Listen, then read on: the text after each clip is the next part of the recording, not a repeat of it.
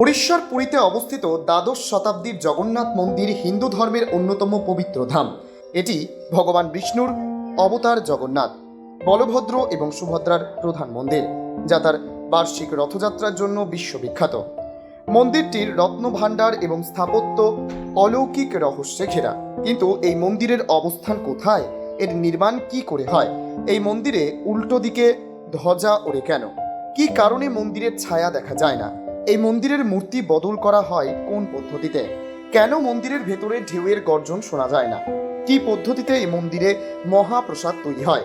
এসবই থাকছে আজকের ভোরের আলোয়। এই মন্দির উড়িষ্যার পুরী জেলায় বঙ্গোপসাগরের তীরে অবস্থিত। দ্বাদশ শতাব্দীতে রাজা অনন্ত বর্মন চোদাগঙ্গা দেব এর নির্মাণ শুরু করেছিলেন। এই মন্দিরে জগন্নাথ, বলভদ্র এবং সুভদ্রা এই তিন বিগ্রহের পূজা করা হয়, যা কাঠের তৈরি। জগন্নাথ দেবকে 56 রকমের খাদ্য সামগ্রী নিবেদন করা হয়, যা মহাপ্রসাদ নামে পরিচিত, এবং এটি মা বিমলার মন্দিরে নিবেদনের পর ভক্তদের মধ্যে বিতরণ করা হয়। প্রতি বছর আষাঢ় মাসে জগন্নাথ দেবের বিখ্যাত রথযাত্রা অনুষ্ঠিত হয়, যেখানে দেবতারা মাসির বাড়ি গুন্ডিচা মন্দিরে যান।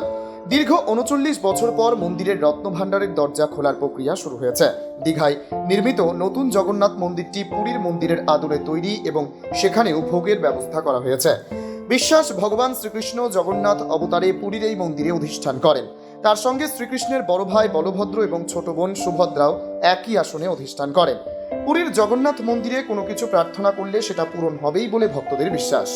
800 বছরের পুরনো এই জগন্নাথ মন্দিরে আজও এমন অনেক ঘটনা ঘটে চলেছে, যার বৈজ্ঞানিক ভিত্তি খুঁজে পাওয়া দুষ্কর।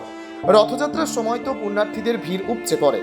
800 বছরের পুরনো এই জগন্নাথ মন্দিরে আজও এমন অনেক ঘটনা ঘটে চলেছে, যার বৈজ্ঞানিক ভিত্তি খুঁজে পাওয়া দুষ্কর। এক কথায় অলৌকিকতা ও রহস্যময়তায় ভরা পুরীর জগন্নাথ মন্দির। পুরীর জগন্নাথ মন্দিরটি প্রায় 45 তলা বাড়ির সমান উঁচু। সেই মন্দিরের একেবারে চূড়ায় একটি পতাকা লাগানো থাকে। আশ্চর্যজনক বিষয় হলো, যেদিকে হাওয়া চলে সব সময় তার বিপরীত দিকে পতাকাটি ওড়ে। প্রতি বছর মন্দিরের পুরোহিত চূড়ায় উঠে পতাকাটি বদলান, কিন্তু হাওয়ার সঙ্গে পতাকা ওড়ার দিক বদল হয় না। জগন্নাথ মন্দিরটি প্রায় 4 লক্ষ বর্গফুট এলাকা জুড়ে বিস্তৃত এবং 214 ফুট উঁচু। অথচ এই মন্দিরের চূড়ার কোনো ছায়া দেখা যায় না, যা সাধারণ বিজ্ঞানের সঙ্গে মেলে না। যে কোনো উঁচু বাড়ি হোক বা মন্দির, তার ওপর দিয়ে পাখি ওড়ার ঘটনা সাধারণ ব্যাপার। কিন্তু পুরীর জগন্নাথ মন্দিরের চূড়ায় কখনো কোনো পাখি বসতে দেখা যায় না, এমনকি মন্দিরের ওপর কোনো পাখি উঠতে দেখা যায় না।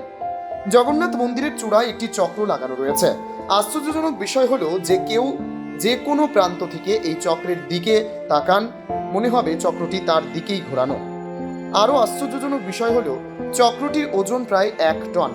12 শতকে মন্দিরটি তৈরির সময় এটি চূড়ায় বসানো হয়েছিল, কিন্তু সেই সময় প্রযুক্তির বিশেষ উন্নতি ছিল না। ফলে কিভাবে চূড়ার ওপর অত ভারী চক্রটি বসানো হলো তা নিয়ে সংশয় রয়েছে। প্রতি 8, 12 ও 19 বছর অন্তর পুরীর মন্দিরে বিগ্রহ বদল হয়। অর্থাৎ পবিত্র নিম গাছের কাঠ দিয়ে জগন্নাথ দেব, বলভদ্র এবং সুভদ্রার নব কলেবর করা হয়, আর পুরনো মূর্তি কৈলি বৈকুণ্ঠের কাছে পুঁতে দেওয়া হয়। আশ্চর্যজনক বিষয় হলো, জগন্নাথ দেবের নব কলেবরের জন্য যে গাছটি নির্বাচিত করা হয়, সেটি মন্দির কর্তৃপক্ষের নির্ধারিত এক কাঠুরে গোপনে 21 দিন ধরে কাটেন। কেউ জানতেও পারেন না। নব কলেবরের পর মূর্তি বদল করা হয় বিশেষ নিয়ম মেনে। জগন্নাথ মন্দিরের প্রবীণ পুরোহিতের চোখ বেঁধে হাতে দস্তানা পরিয়ে মূর্তি বদল করা হয়। সেই সময় গোটা শহরে বিদ্যুৎ সংযোগ বিচ্ছিন্ন করে দেওয়া হয় এবং মন্দিরের বাইরে কেন্দ্রীয় বাহিনী মোতায়েন করা হয়। কথিত আছে, মূর্তি বদল করা কেউ দেখে ফেললে তার বড় ক্ষতি হতে পারে, চোখ নষ্ট হয়ে যেতে পারে। পুরীর জগন্নাথ মন্দিরের রান্নাঘর বিশ্বের বৃহত্তম রান্নাঘর বলা হয়। এই রান্নাঘরে জগন্নাথ দেবের জন্য মহাপ্রসাদ তৈরির প্রক্রিয়াও অবাক করা। মাটির তৈরি উনুনে কাঠের আঁচ দিয়ে একটি পাত্রের ওপর আরেকটি পাত্র করে পরপর 7টি পাত্র বসিয়ে রান্না করা হয়। আজও এভাবেই রান্না সম্পন্ন হয়।